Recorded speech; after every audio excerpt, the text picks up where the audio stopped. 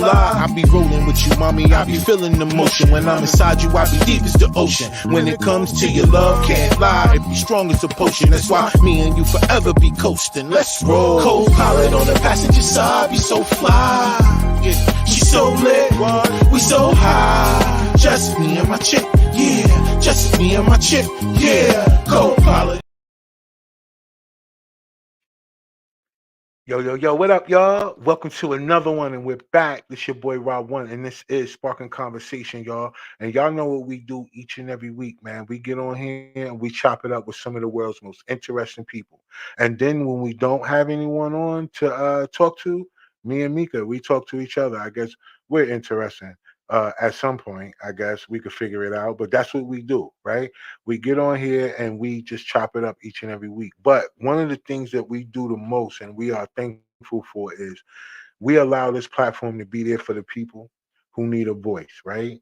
For the people who have things going on in their life that where local news and national news, they kind of get their hot moment, they get their story, and then boom, it just dies down. And we understand that when it comes down to the things that we deal with in our life, the more people know about it, the more traction that gets under it.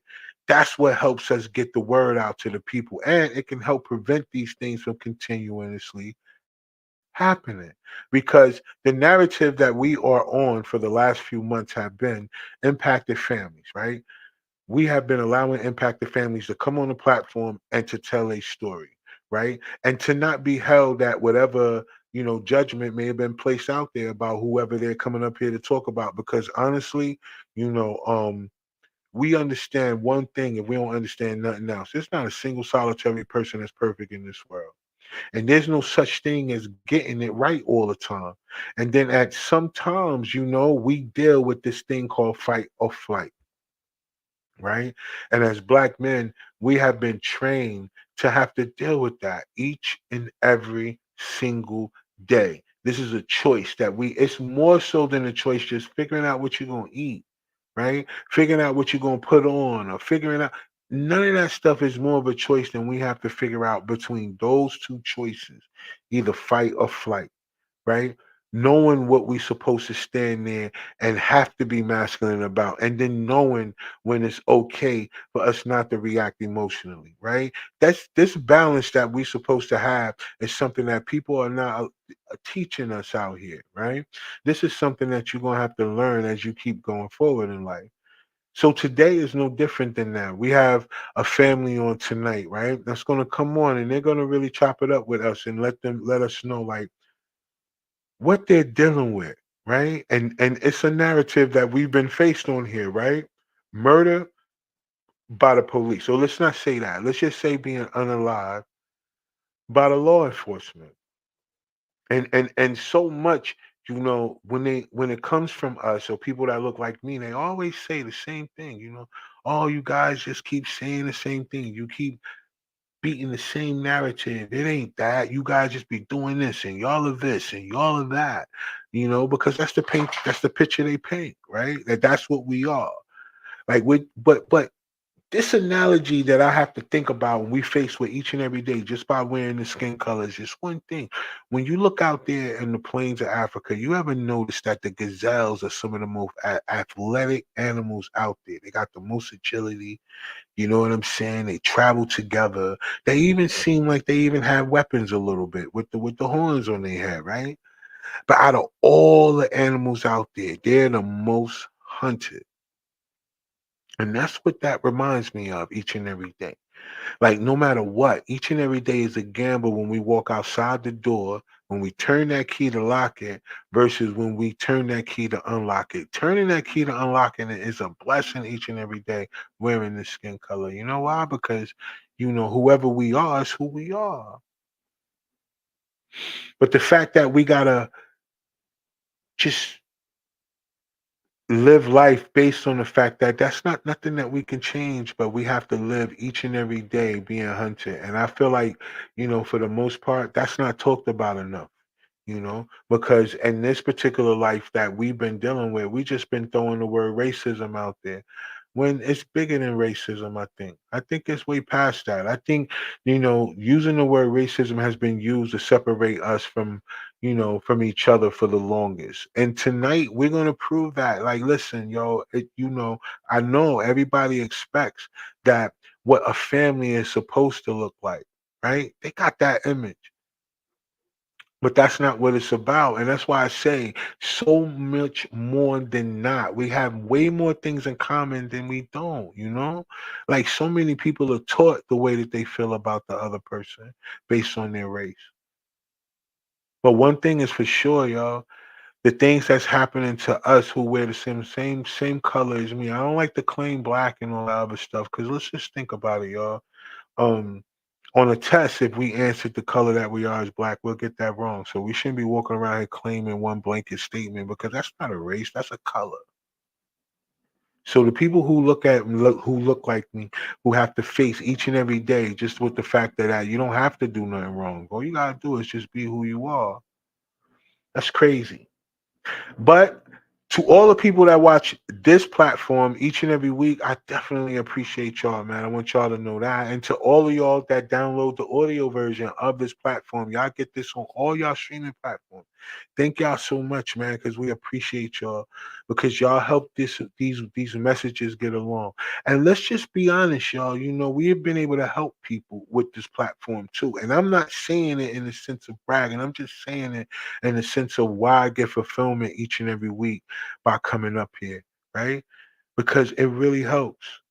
And as much as people may think that it's all about the viral moments, I promise y'all that help these families, yo. So look, I'm gonna bring Meek up real quick, right? And then we're gonna bring our guest on, right? And then our guest is gonna get into it, and she's gonna let y'all know what her family's been dealing with. And so far, you guys are gonna get this theme, right? Because it's been happening in each and every look. So far, we've been in Mississippi, right? We've been in Tennessee, we've been in Georgia a few times, we've been in South Carolina, we've been in Virginia, we've been here in North Carolina, and then we was over there in Washington State. And so now tonight we'll be coming from by ways of what's going on in Oregon, right? So it's going to be a very great conversation tonight. It is going to be an emotional one because, hey, listen, we mean something to the people in our lives, y'all, right? Right? We mean something to the people in our lives, man. They tell us that we don't mean nothing to nobody. That's how they treat us, but we mean something to the people in our lives, yo. Let me bring Meek up real quick, see what's going on. Meek, What up? how you doing? Good. How are you? Hey, I'm good, y'all. Hey, I'm glad to be here. It's Huh? good to see you. It's another week, right? Yes, sir. Yes, sir. Right. So, I was thinking, the video. You said I know you sent the videos. I Yeah, forget no, I found it. a little There was further. one at the top and one in the middle. Yeah, yeah, yeah. I Mhm. didn't see the middle one. And so with tonight's show, like it's really, this is the second time that me and you have had a show where, body cam footage has been presented, and the people, the police, and all of these people that are speaking on the body cam footage is just wow. For a No bunch of people empathy. at Like, all, for a bunch of people who said that they reacted in out of fear for their life. yeah, that's ugly. That's nasty work. Nasty work. And there was no fear in their voices when they're talking about these people, right? It was no They're fear, talking like they're not people. It's just like it's just like there's no way you're that numb to it. You can't be. Like, what is uh, this? You shouldn't be, is what I should say. and that's why I say, I think it's past racism now. This is just particularly should just be classified as hate crime. How can people just come into this country, get all the type of laws enacted for just be able to say that things are happening to them based on what they consider a hate crime? And I think for us, we got to get out of that old school mentality. We still running around using the racist card. We got to look at this for what it really is. This is hate crimes, yo. Yeah. Because you know the story that we have tonight, there's so many different details in it, but for a person to just be left out there for 2.5 hours. Like what? And they're like, he's right there. It's not like he was far away. Like you knew exactly where he was. Like what? And then the fact of, you know, what I feel bad about is that, which I know a lot of people don't think about this when we think about, you know, the fear that we have. You know, we've had plenty of conversations up here when we talked about why we run.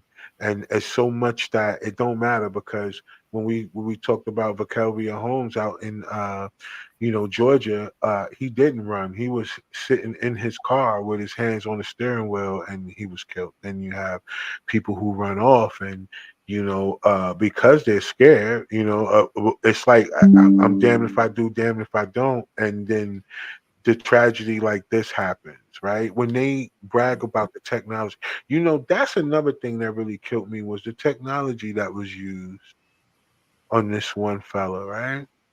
And One for guy them to really have to use that type of force if they really wanted to apprehend him, they really could have, right? called And in a SWAT team you know what I'm saying? Let them for face one whatever guy. it is. Listen, whatever it is that they saying, let them face it. They'll deal with that. But like to unalive a person based on just the way you feel, and then have the audacity to talk like that.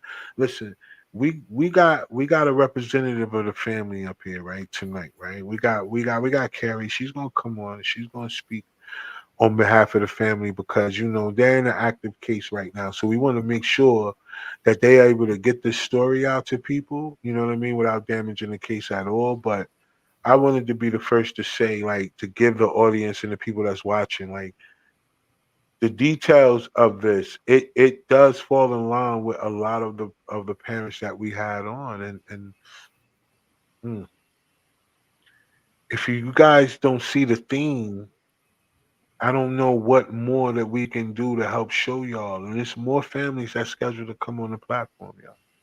You know what I mean? And so think about that. Like it's gotta be a way. We have to find ways to work together more than we have to stay away, right? I don't know. I don't know how much more of a wake up call we need. But hey, that's what the platform is for. The platform is here so we can make sure that we give people the opportunity to understand why unity is better than whatever we got going on right now in the face of these things that we deal with on a day-to-day basis. So we're gonna bring our guest up real quick and we're gonna see how she's feeling tonight. Let's see. Hello. Hello, thanks for having me. Yeah, definitely. Thank you for coming on the platform. Thank you for allowing us as a safe space for you to be able to tell you and your family's story. Okay. Thank you. All right. So listen, what we need you to do is just tell the audience and stuff who you are and the reason why you're on the platform tonight. My name is Carrie Miles. I am Derek Clark Jr.'s aunt. Derek was unalived on June 18th, 2022, at a minor traffic stop. Um, and like you were discussing, he was then left for 2 hours while they had drone footage of him. He was wearing a reflective jacket. They laughed, they shook hands, they made racist remarks. And speaking of being hunted, that's exactly how our family feels. That's what happened to him. They even called him a still warm dead deer. Yeah. So we're currently we have a lawsuit in federal court where we have 26 officers named and Clackamas County Sheriff's Department. Yeah.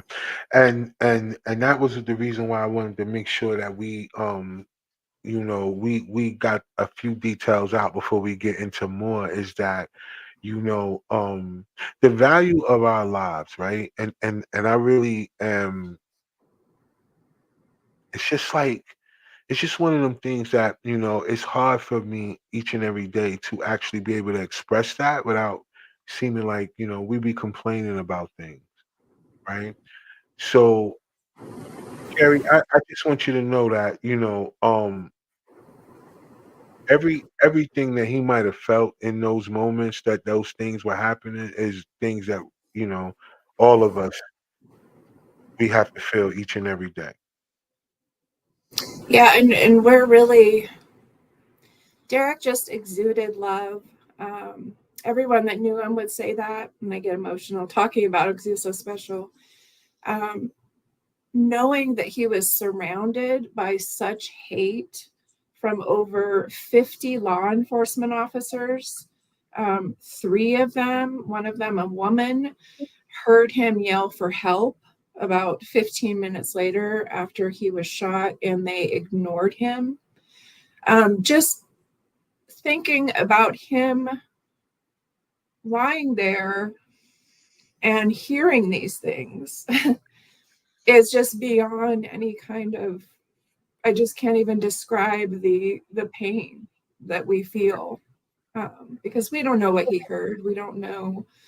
They were so close to him. He had to have heard the laughing. There was so much laughter. And it's heartbreaking to us to think that he was surrounded by that.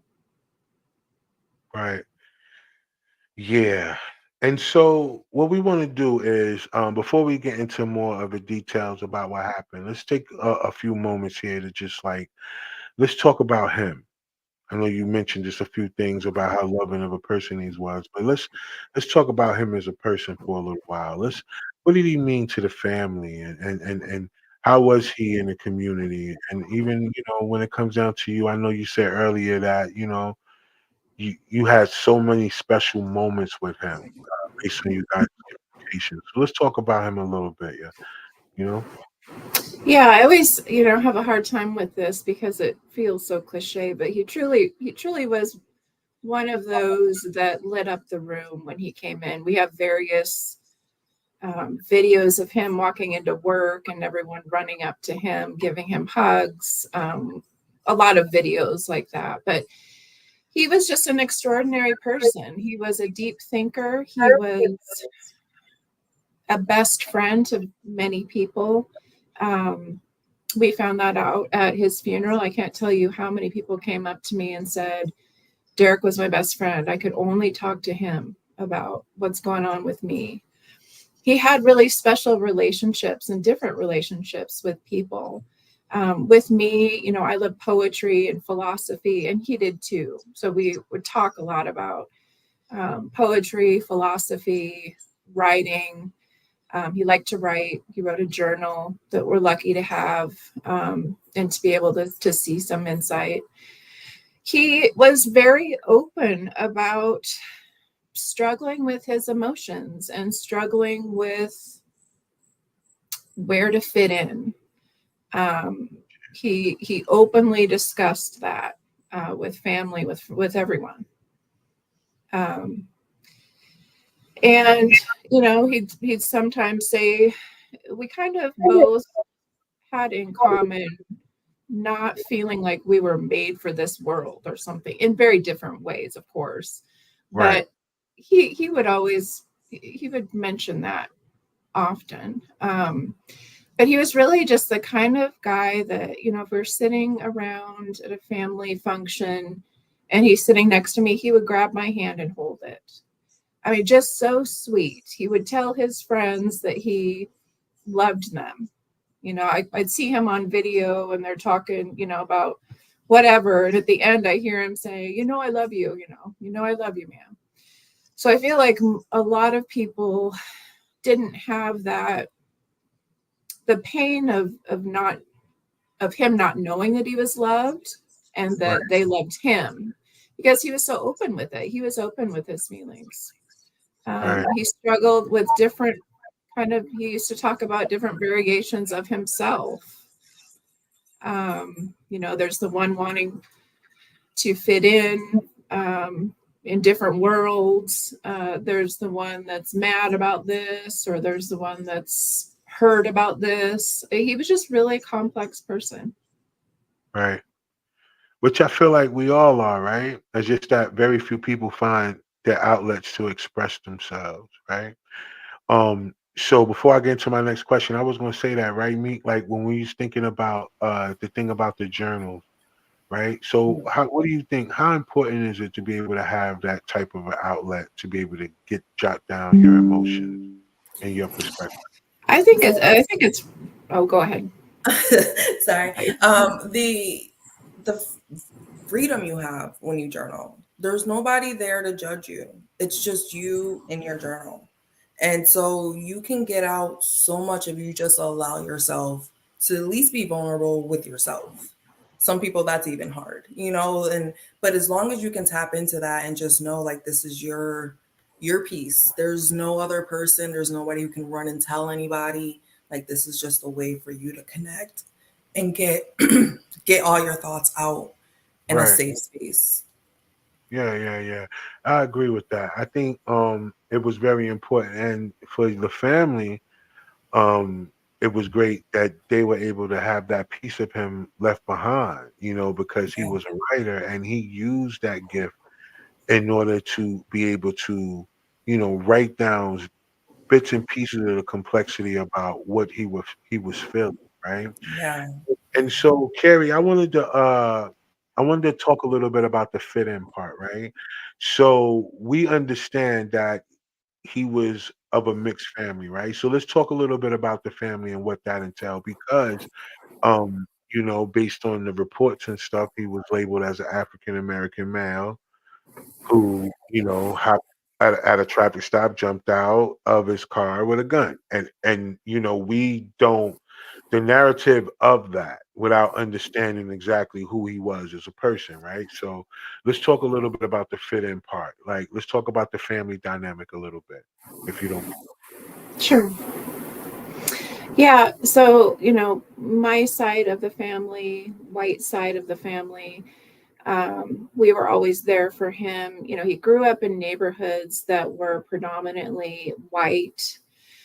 His Black father was not around as much when he was little. And when he got to be a teenager, he really craved that need for a father, to be around his father. He was around his father more. Um, and I think still felt like, where do I fit in? Where do I really fit in? His dad was part of a gang at one point, and so that kind of influence, I think, intrigued him. Um, and I know that that's very common for people looking to, if they want to belong somewhere. Right. So a pretty big mixed, dynamic of a family, and his father passed away, but we're very close to that side of the family. He has a stepsister and half sister, and then a step brother as well. So we're close to that side of the family. Okay, great. Yeah, because so often as they would like us to believe when it comes to the relationship between white and black people, is that we don't share commonality when it comes to how we live. I think they think that we're all are just the same based on what we are supposed to live by to be separate. And they don't understand that our family is our family, right? For everyone that's born, we don't get to choose our family. But what they cannot say is that we don't have things that bring us together if we would just allow it, right? So often, just the sheer thought of what happened to him and the way that they talked and the things that they said on that body cam footage, and you know, like you said, the hate that they have for a person just based on the way that he looks is Yeah. like And one. and I feel like if that was me, first of all, I wouldn't have been shot had I ran. But imagine them saying that about somebody looks like me, Mm, right? That just would have never taken place, in my opinion. no, and the one of the other things that is a real reality too is that if they did look like you, they probably wouldn't have ran, even if they did have a gun for real. Exactly. Yeah. Besides that, yeah, for sure. They would just jumped out the car and just would have started talking they talk, Yeah. because in this country, unfortunately, they don't have the same inkling to have to run, right? They speak directly to their rights because they feel like the rights were created for them. So they would not have ran, or even felt like they had a need to do so, So, um, but unfortunately, that's the truth, and it's not a thing that I guess, we could walk around and just blame other people for the fact that this is the way that it was set up. The only difference is that, when it comes down to what we really supposed to be voting on and how we supposed to try to do the best that we can to try to get these things changed from the inside out. Um, but until we realize that, I guess that we'll continue to have to deal with it. But that body cam footage was really disturbing, right? The things that they were saying, the laughter, the analogies that they were using to describe him, uh, comparing him to animals, uh, the fact that on the body cam they say these things like, is that you can hear them repeat the fact that, oh, he's asking for help. You hear him? He's saying help. Like the fact that these things are going on, and it's no sense of urgency to like they don't see us, like when they see us, they don't see their children, right? They don't see their brothers, right? They don't see their cousins. They don't see their favorite or their best friend. They don't see that when they see us. That's the Yeah. sad. And part of this whole thing is just the betrayal. This was also Juneteenth weekend, I want to point out.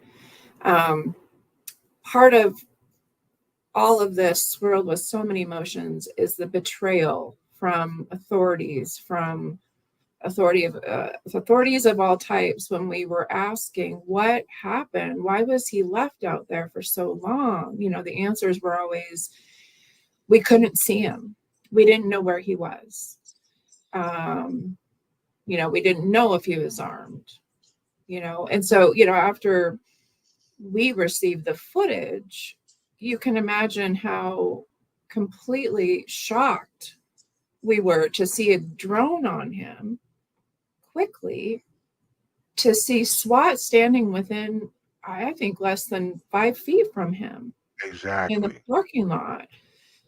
We even asked, there were some neighbors around that were disturbed by what happened. And so we asked, were they yelling at him? Were they yelling curse words at him like the neighbors were saying? And we were given an answer by one, I'll just say, authority. Absolutely not. They called him sir the entire time.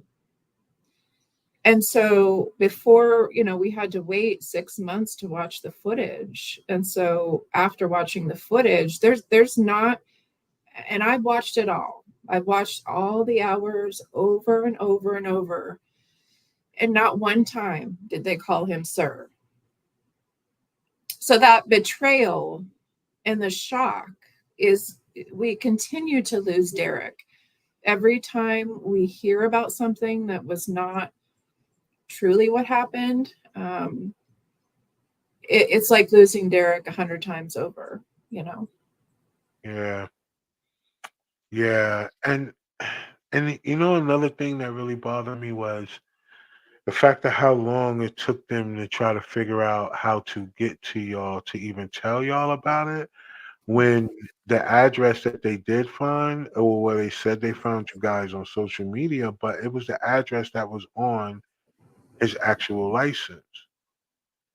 And So that was on his license for this type of situation. That was purposefully put on his license in case anything ever happened to him. He wanted his mother's address on it. And that is another thing we were not told all the truths about, but there will be some things in the trial that will come out.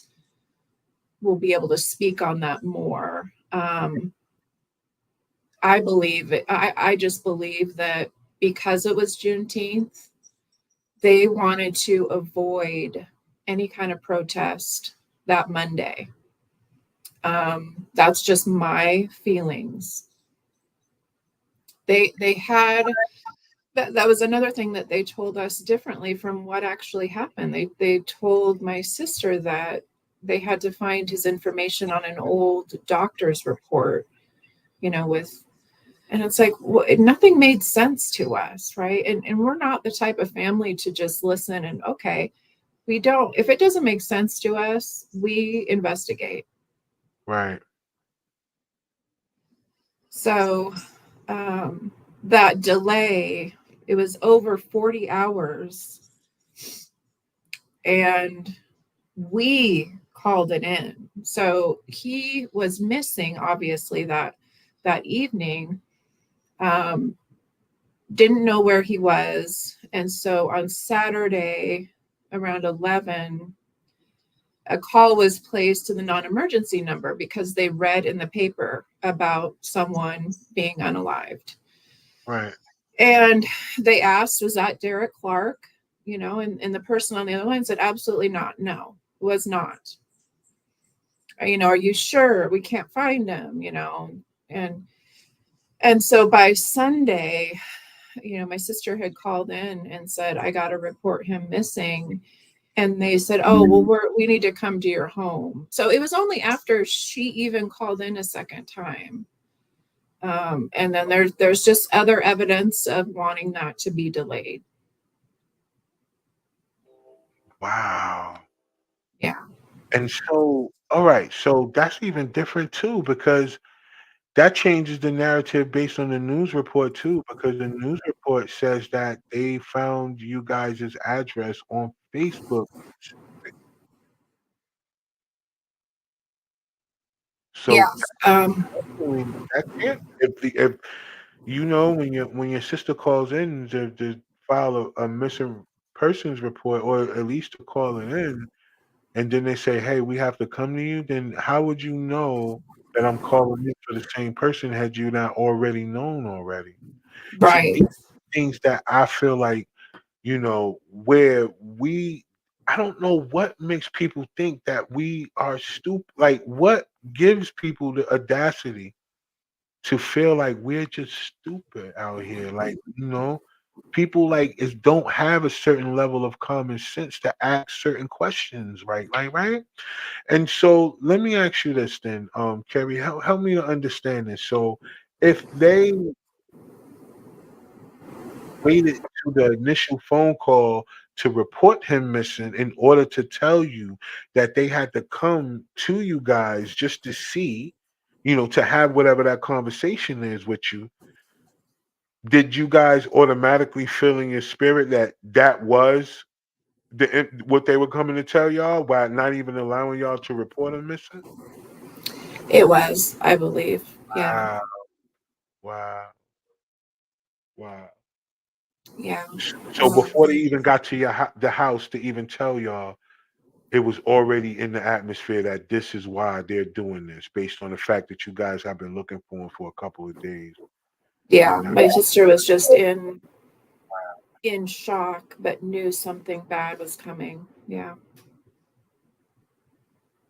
But we still don't understand why we were told that wasn't him on Saturday.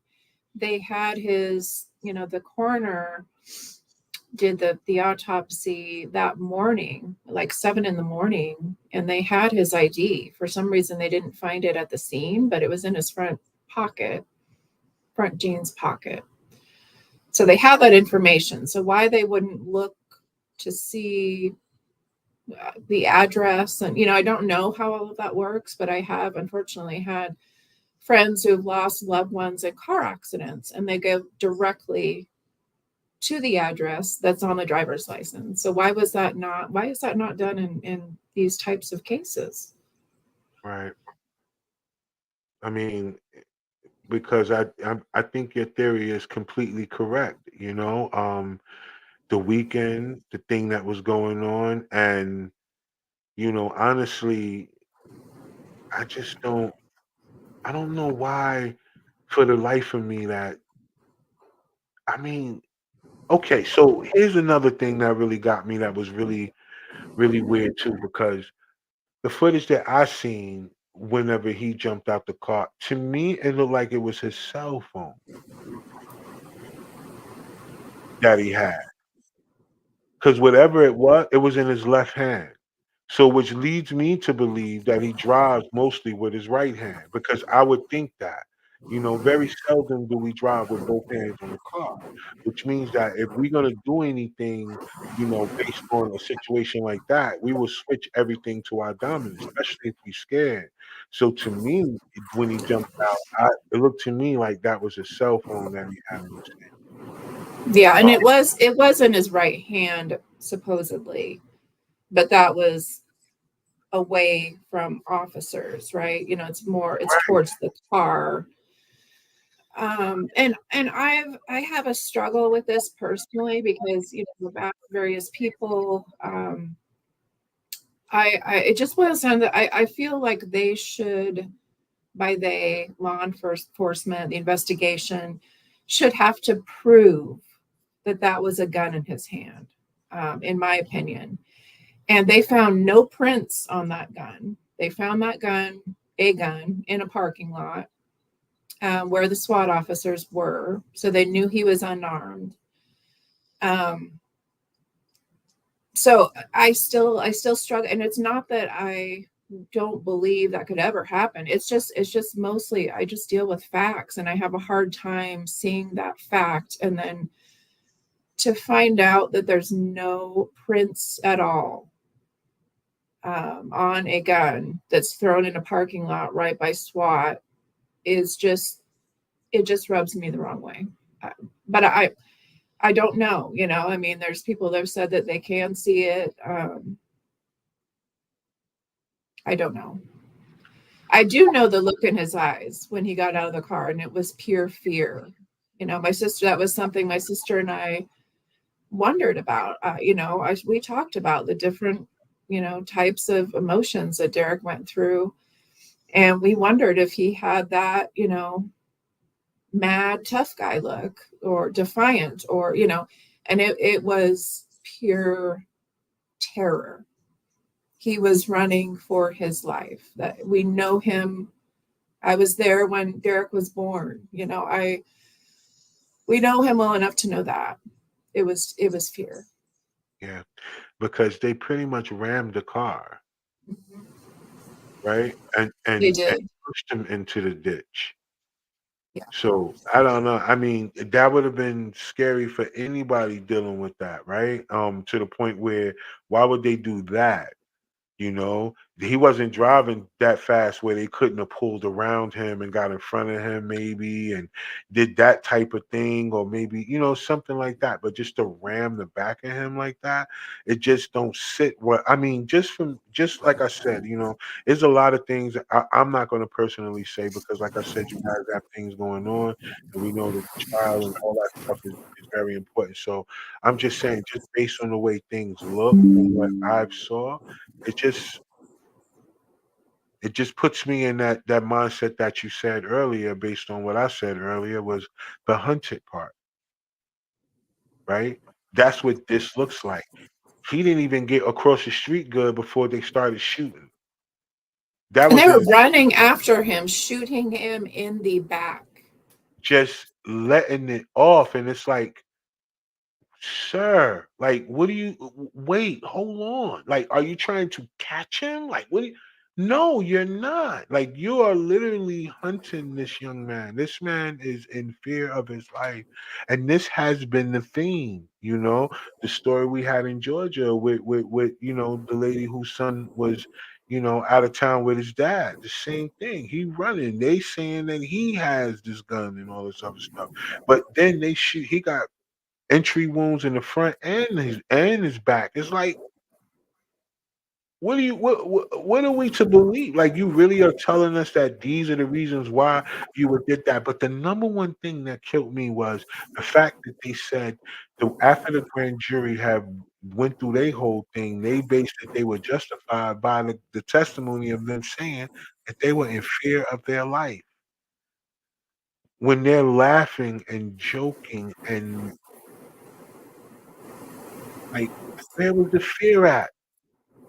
Yeah, I mean, my mind is very, I work for a financial institution. I'm in compliance and regulation. So it's, again, like I was watching the footage and was trying to count all the number of times that they had their backs turned to him when he was laying there. And when he gets out of his vehicle, not only was he bumped into the ditch, there's 2 police cars and 2 officers with their guns drawn, ready to shoot. So I just can't imagine how he felt, but I know it was pure fear. I know his looks. Yeah.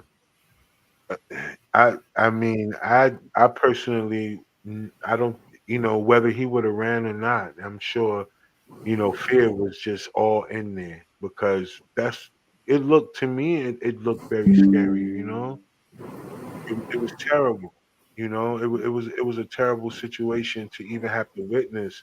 And I know you guys seen more of the footage than, what I've seen, and it's probably so many more details to this that is just disturbing. So, how has your sister been able to deal with all of this? I mean, I know you guys haven't had a chance to grieve at all, right? Because you've just been fighting the whole time, right? Yeah, I mean, fighting and investigating, and we finally have a wonderful attorney and investigator that have kind of taken that on for us. It's really stressful to have to do all of that on our own for a while. Right. But my sister is just, I can't imagine how she feels because I know how I feel. And he wasn't my son, he was my nephew. Her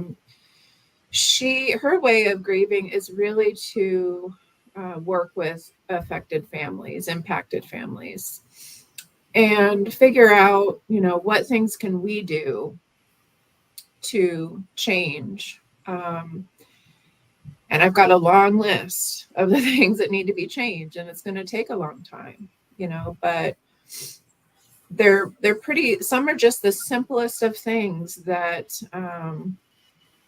you would think in the year, 2022 would be in place. For instance, officers discussed what happened on the scene. That to me should be, a big violation of their policy, and some kind of consequences should have happened for that, because both the shooters were speaking together about what happened so that they could formulate their story together. Right. Both watched the footage many times before they made statements.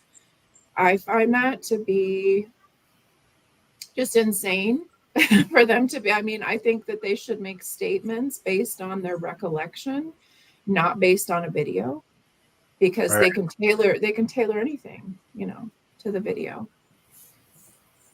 So there's a lot of change that needs to happen. Another one is autopsies.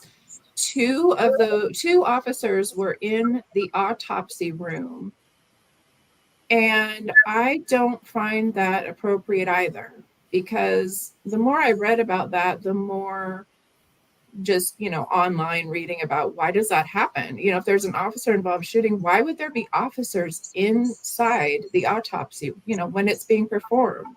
Right. And the answer was, so they can give the story of what happened to assist. And I believe the body tells the story. He was shot in the back twice. They missed 5 other times. And I think that's, another thing. So things like that need to change. Things like when this happened, we had no idea, even though I had, have been helping with protests and all these things. I had no idea what to do when this happened. I was Googling stuff, like what to do first. So we're working on creating a website, and only impacted families would work for the website and answer calls. But it would be for people that have just gone through this and need help in what to do. Like a second autopsy is a huge one. Right. So, because we had a second autopsy, and I'm not able to discuss yet, Right. but Right. as you know, the grand jurors and the medical examiner report both stated he died within seconds. And we hear him yelling for help 15 minutes after. So we know that's not true. Exactly. Yeah. So, and there's other evidence to show that's not true. Yeah, and I've been noticing it's been a theme when it comes down to the police. Recently a lot of them have been, getting charged but not being convicted. And I know it's a new law that's been passed this year in regards to that, right? And so, hopefully, like I just pray that you guys get the justice that you deserve, because it's going to set an example for the rest of the impacted families, because a lot of them are still fighting 5, 6, and some even 10 years later. They're still fighting and they're still going through it. And the fact that you all are helping each other is really commendable. And so, I just want you guys to know, like, behind the scenes, we'll be able to, speak with all the families and figure out exactly how to bring that website of yours to reality, and help uh, motivate the people who are not actually dealing with it to really get behind it as well, not just the impacted families, because at any given time it can happen to you. Yeah. As the person that's watching, right? It can happen. Nobody expects it, but it can. And when it does hit your doorstep, like you said, you had to Google whatever the first step was. They're going to be right in the same space. We're trying to figure out what is the first step. And so, with you guys coming together and putting that together already, this will help, because, yeah, we have to find a way. And we can't give up this fight no matter how long it takes. We have to find a way to hold people accountable for just being able to take our lives because they feel like it. Yeah, definitely. And it can take a long time, and it's to the point where, I look at some people, some of Derek's friends that have been impacted, heavily by this. Some are now, in law school because of this.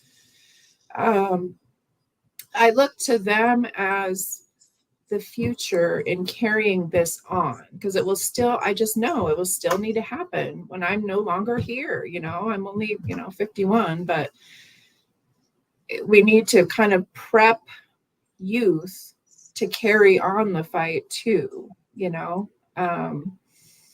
and our biggest, what we want the most is to have another grand jury trial, because facts were not presented at the first grand jury trial. So there are many statements that do not align with the video. Like he was pointing, I was looking down the barrel of a gun, is what one of the shooters said. One of the shooters said he ran towards my car, towards me. Things like that. Wow. Nothing worse than looking down the barrel of a gun, is one of the other quotes.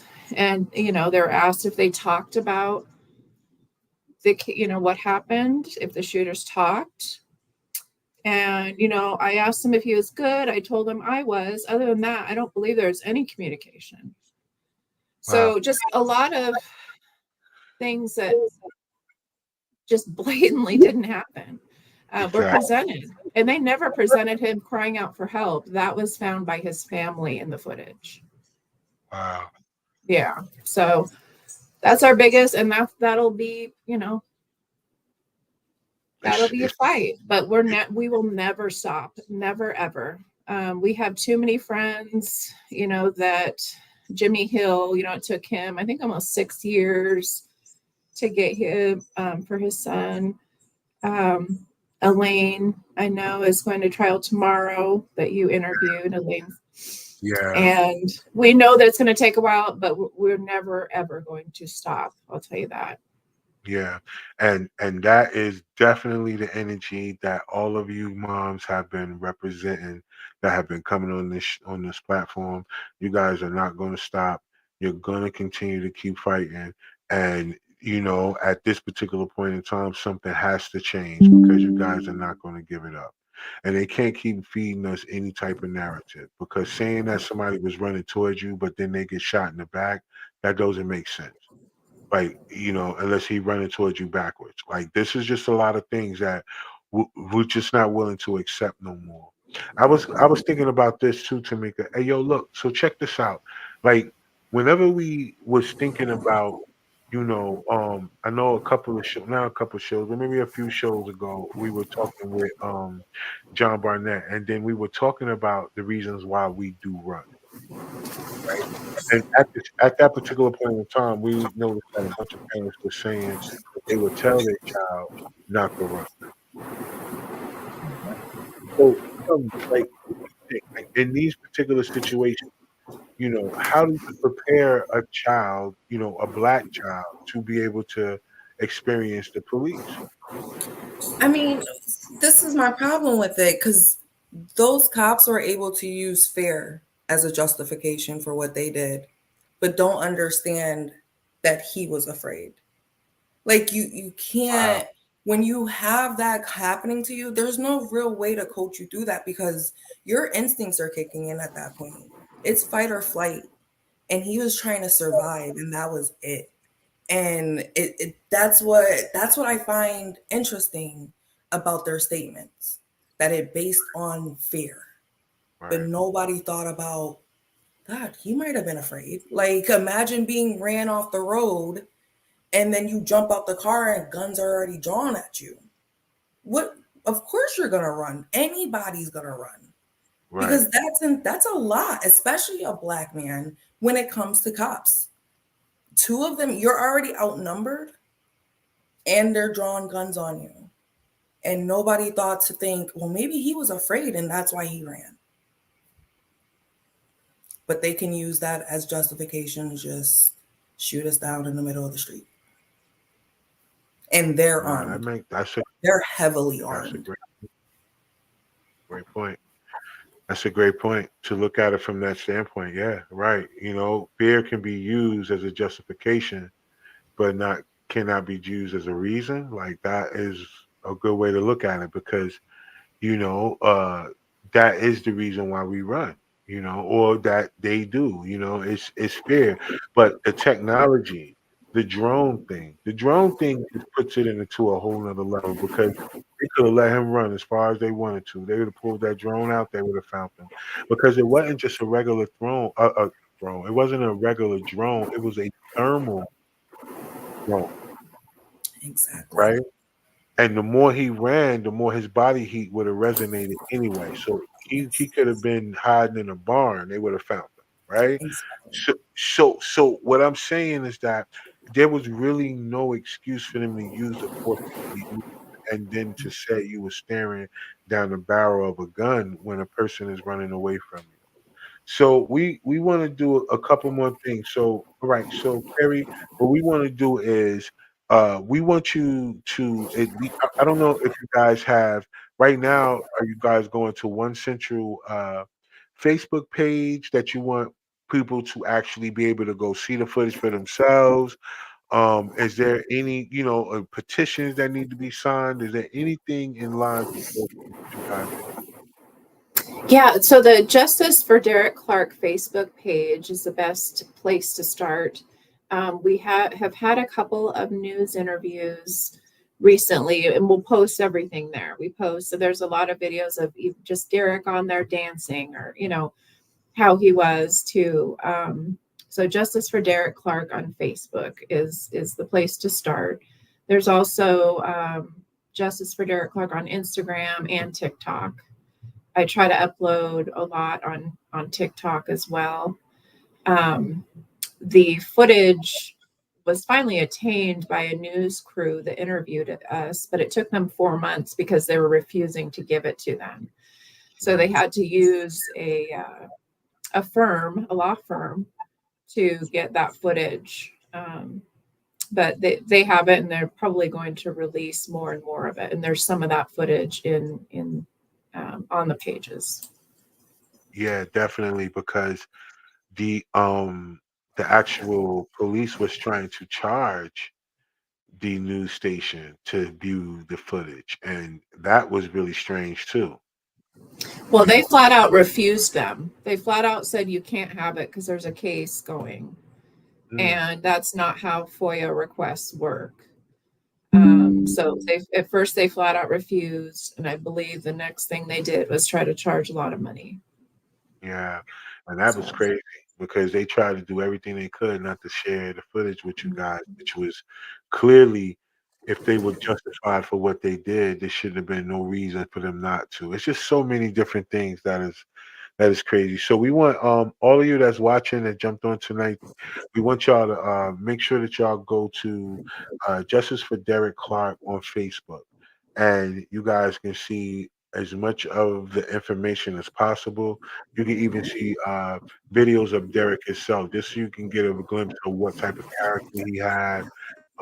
Because if you look at it from the way that the news reports actually put it before, you know, and, and the family were able to get up there, because I saw you guys had an interview with the actual news station as well, which was good too, that you guys were able to get up there and speak on behalf of what was going on, because the narrative that was painted wasn't really a good one, right? It was not really good. It was, yeah, he jumped out with a gun, and for so many people who said they saw a gun, I don't know what they was looking at. What then again, maybe they wanted to, right? It justified whatever they wanted to do.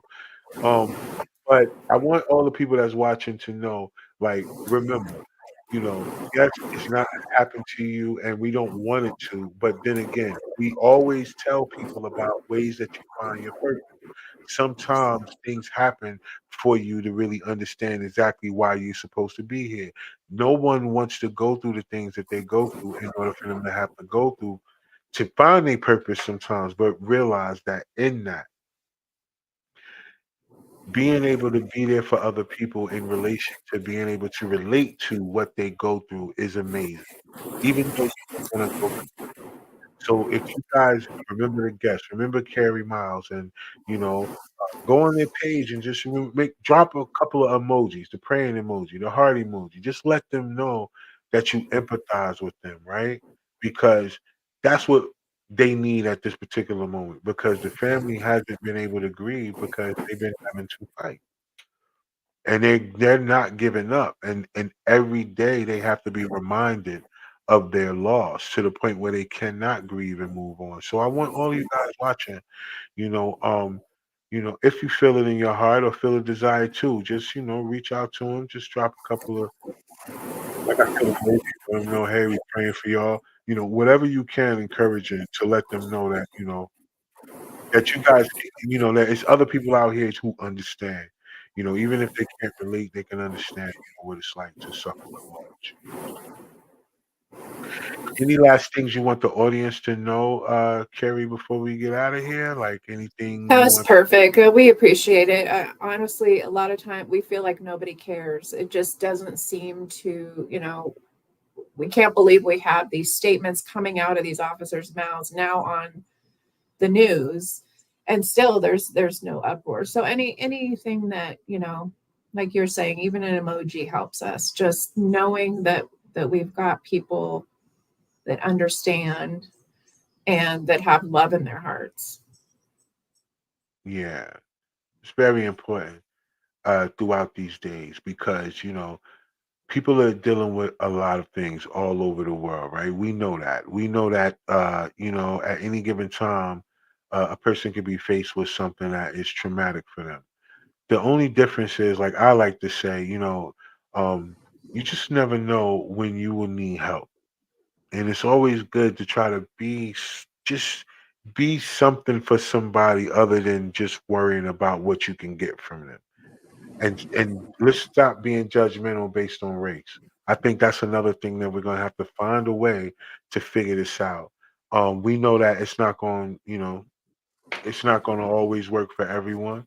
But for those that understand the difference between the fact that, being a human being on this earth is way more important than trying to figure out a way to separate yourself by the way you look. Uh, when you realize that, then you'll really find your tribe. It's a lot of people out here looking for a tribe every day. There's some people who have a lot of family but don't have friends because they're not even close to their family. So finding your tribe, and to people that you, like you said, it'll be you moms and all of the impacted families have created a tribe for each other, right? To be a support for each other through, because you guys all can relate. The fact that you guys were all brought together by tragedy. It's just like how they say about us, and we don't get together unless it's a funeral. Like, we don't even have family reunions no more. The only time we have a family reunion is when it's a funeral. Like, you know what I mean? So then it's crazy that that tragedy is the one thing that brings us together. So now we got to find ways that we could come together, and it doesn't have to be based on that, right? So I just want to encourage you and the family, let you guys know that anytime that you want to get something out, even after the trial, whatever, I'm open. This platform is open for y'all.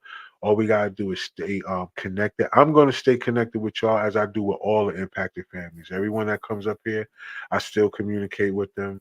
I still drop clips and still tag them to make sure that they understand, like, yeah, it is someone out here that care. I may only be one, Tamika may be only one person, but the one thing about it is that, you know, we're gonna do our part to help make sure that the word gets out. Thank you. And so, That really means a lot.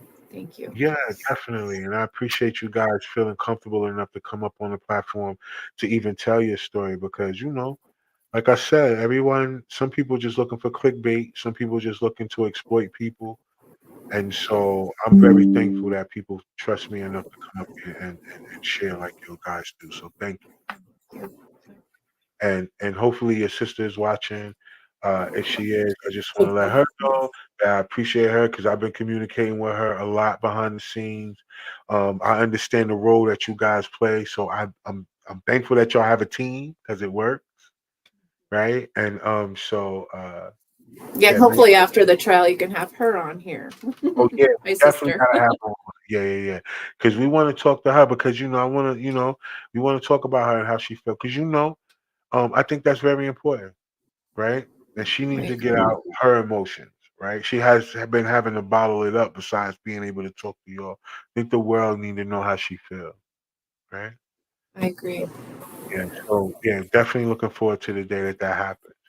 So right now, for all of y'all that was watching and are watching right now, thank y'all so much. Make sure that y'all go to Justice for Derek Clark Jr. Is the junior part on the page, or no? Just I Justice for don't Derek. think so. Yeah, just justice for Derek Clark. All right, Justice for Derek Clark on Facebook, TikTok, and you said Instagram too, right? Yes, yes. On Instagram, get the information. Like I said, the family is there. They'll be welcoming any type of encouraging words, you guys. Anything that you guys want to send them.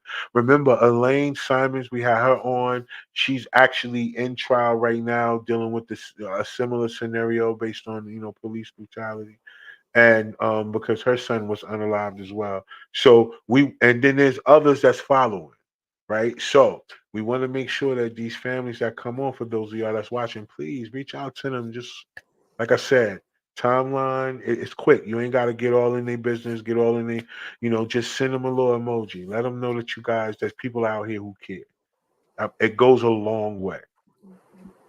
It goes a long way. All right, so Tamika, what you want the world to know real quick before we get out of here? I want them to know not to call me Tamika, but we're gonna Oh, skip that. Yeah. I Uh, got professional real quick, y'all. Yeah, real my professional. No, bad. it's twice in this podcast. You called me Tamika. I was like, is he talking to me? I know, Um, right? Telling you, me. What you want the world to know? Human design, man. Just wrapped up our 4th session. We got some more work we're doing with the girls for the rest of this month. We are opening up just a 2-hour crash course into human design for people who are interested. And we'll be rolling out another 4-week program soon. Journals, planners, whatever you need, let me know. You know, I like to personalize your personal development, make sure it is fit for you and only you, not something you buy at the store, made for everybody in mass production. Dope. So all of y'all out there, if you need journals, any of those type of things, human design or your birthday and all those other little intricate details, and they could figure it out for y'all and help y'all with y'all journey through life. All right. So as far as me, y'all already know what to do. Y'all just continue to follow all the content. We drop new content every day. Please follow the platform. If you're new tonight and you've been watching on YouTube, please like and subscribe on the channel. Hit the notification button so you guys will know when we drop more content, as well as if you support anyone that's been on the show, you guys will know when clips go up so you can help share and help get the word out to make sure that people understand that these things are going on so they will know. Um, the Miles family is in development of a website so it can help all impacted families all over the world. So y'all make sure that y'all contact them or just follow them so you guys can stay informed on any as they move around and they make things come to fruition. Okay, so thank you all for jumping on tonight. Everybody that watched, thank you, Carrie, for coming on and sharing your story for you and the family. I look forward to having all of y'all on after the trial. And yeah, I thank y'all, man. And like I always say, if you don't believe in yourself, nobody else will, right? So until next time, y'all, stay fly out there and don't hurt nobody.